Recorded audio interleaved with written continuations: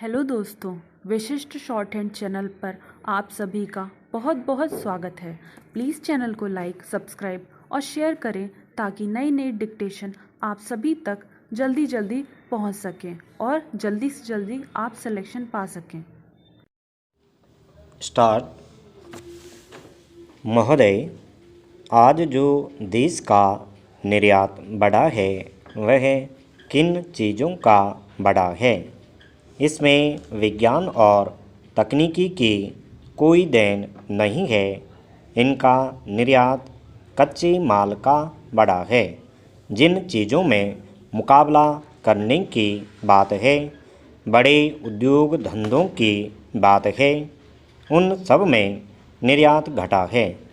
आज हमारे आदमी विदेशों में चले जाते हैं, वहाँ उसको अपनी झोली ढोने में लज्जा नहीं लगती है। अखबार बेचने में, बूट पॉलिश करने में लज्जा नहीं लगती है, चाहे मुख्य सचिव का लड़का क्यों न हो। लेकिन अगर यहाँ कोई अखबार बेचना शुरू कर दे, जूते पॉलिश करना शुरू कर दे, तो तुरंत उसकी गिनती छोटी जाति के आदमी में होने लगेगी। जब तक हम छोटी छोटी तकनीक को आगे नहीं बढ़ाएंगे, निर्यात नहीं बढ़ पाएगा। वस्त्र उद्योग का आपकी रिपोर्ट में पूरा अध्याय है, उसमें हम कितना आगे बढ़े हैं या पीछे हटे हैं, यह सब मंत्री महोदय जानते हैं। हमारे व्यास जी कहते हैं कि अंधकार नज़र नहीं आता है। मैं कहता हूँ कि उन्हीं को देखकर मुझे अंधकार नज़र आता है। मैं माननीय मंत्री जी से कहना चाहता हूँ कि जो निर्यात है, आप उसके कारण ढूंढें कि यह कम क्यों हुआ है। टंडन समिति की अंतरिम रिपोर्ट पढ़िए। टंडन समिति का 1979 में निर्माण किया गया था। उसमें उन्होंने कहा है कि जब तक कृषि उत्पादन को नहीं बढ़ाया जाएगा, तब तक निर्यात को बढ़ावा नहीं मिल सकता है। बेसिक चीज़ में जब आत्मनिर्भर होंगे, तब निर्यात करने की स्थिति में आप आएंगे। आपकी आत्मनिर्भरता की पॉलिसी खोखली हो रही है, इसीलिए दिनों दिन निर्यात की प्रगति कम होती जा रही है। जहाँ तक आंकड़ों का संबंध है, सरकार की रिपोर्ट के आंकड़े दिए गए हैं। इसके अलावा रोज़ अखबारों में, इकोनॉमिक टाइम्स में और आर्थिक जगत के पत्र पत्रिकाओं में आंकड़े दिए जाते हैं। लेकिन मंत्री महोदय अपनी आयात नीति और निर्यात नीति पर पुनर्विचार करें। वह पहले देश को स्वावलंबी बनाएं और अपनी आवश्यकता की वस्तुओं का अधिक से अधिक उत्पादन करें। वह निर्यात पर अधिक से अधिक जोर दें और आयात कम से कम करें। हमारे देश पर कर्जा बढ़ता जा रहा है। हिंदुस्तान में जो बच्चे माँ के पेट में हैं, वे भी विदेशों की कर्जदार हैं। इस स्थिति पर काबू पाने का प्रयास करना चाहिए।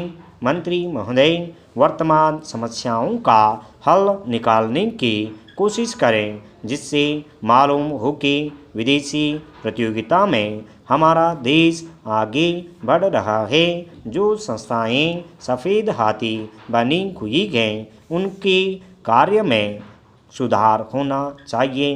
अपने देश की आवश्यकताओं को पूरा करने के लिए छोटे छोटे उद्योग और हथकरघा उद्योग का इस्तेमाल करना चाहिए। निर्यात पॉलिसी में सरकार ने कहा है कि हमारे लोग विदेशी बाजार में मुकाबला कर सकें, इसके लिए क्या क्या रियायत दी जाएगी, वह तो ठीक है, लेकिन मेरा आग्रह है कि मंत्री महोदय अपनी नीतियों पर फिर से गौर करें, आयात को कम कर निर्यात को बढ़ाएं, तभी देश को स्वावलंबी बना सकेंगे।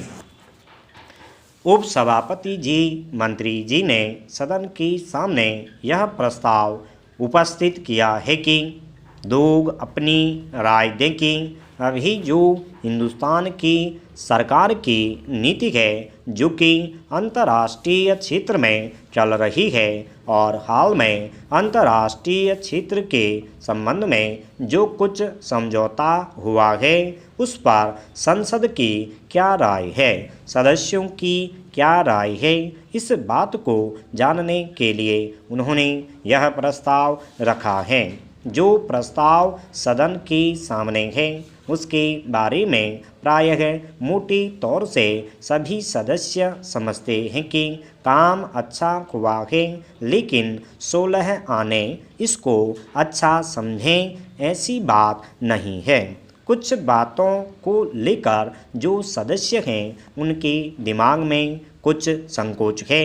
यह बात तो निश्चित है कि आपके संसार में अमेरिका की ओर से जो कार्रवाई होती है, वह कार्रवाई कुछ ऐसी हो रही है कि बहुत जगह कुछ इस तरह की बात अमेरिका की तरफ से होती रहती है, जिसका नतीजा होता है कि संसार में युद्ध की संभावना हो जाती है और अनेक तरह के उपद्रव खड़े होते हैं। वियतनाम में जो कुछ हुआ था वह तो समाप्त हो गया, लेकिन फिर भी समाप्त होने के बाद भी वहाँ कुछ न कुछ उपद्रव अभी भी चल ही रहा है। अभी हाल में जो अरब इजराइल युद्ध हुआ वह भी समाप्त हो गया है, जो मैं समझता हूँ संसार के लिए अच्छा हुआ है, लेकिन यह स्थायी तौर से समाप्त हुआ है ऐसा नहीं कहा जा सकता है। अभी हाल में जो अमेरिकी बेड़ा हिंद महासागर में आया हुआ है, यह एक नया खतरा पैदा हुआ है। इससे एशिया के लोगों को यह डर हो गया है कि इसको लाने का अभी क्या मतलब हो सकता है। क्या यह मतलब तो नहीं है कि चूँकि तेल अरब देशों में है और उसके संबंध में वे देश अपनी नीति बदल रहे हैं, इसलिए ज़बरदस्ती उन देशों पर दखल अंदाजी की जाए। क्या यह बात अमेरिका के मन में है, जिसके लिए वह बेड़ा लाया गया है, या उसका मतलब है कि जो सब देश उनके खिलाफ रहते हैं, एशिया के दक्षिण भाग में या पश्चिमी भाग में, उन लोगों को समय समय पर तंग करने के लिए यह बेड़ा लाया गया है, तो उसके लिए अभी लोगों में चिंता है। जैसा कि बांग्लादेश बनने के समय भी हम लोगों ने देखा था, जब बांग्लादेश की लड़ाई चल रही थी और हिंदुस्तान और पाकिस्तान में युद्ध चल रहा था, तो बंगाल की खाड़ी में अमेरिका का बेड़ा पहुंच गया था। इस तरह संसार में युद्ध की स्थिति को पनपाने की एक बहुत बड़ी जिम्मेदारी अमेरिका के ऊपर हो गई है। इसका क्या कारण है? इसका कारण है कि संसार में जो आगे बढ़ने वाली शक्ति है, वह जो कमज़ोर शक्ति है, जो तकलीफ में रहने वाली शक्ति है, वह जब आगे बढ़ना चाहती है, तो यदि उनके कष्टों को दूर न किया जाए तो टकराव होगा।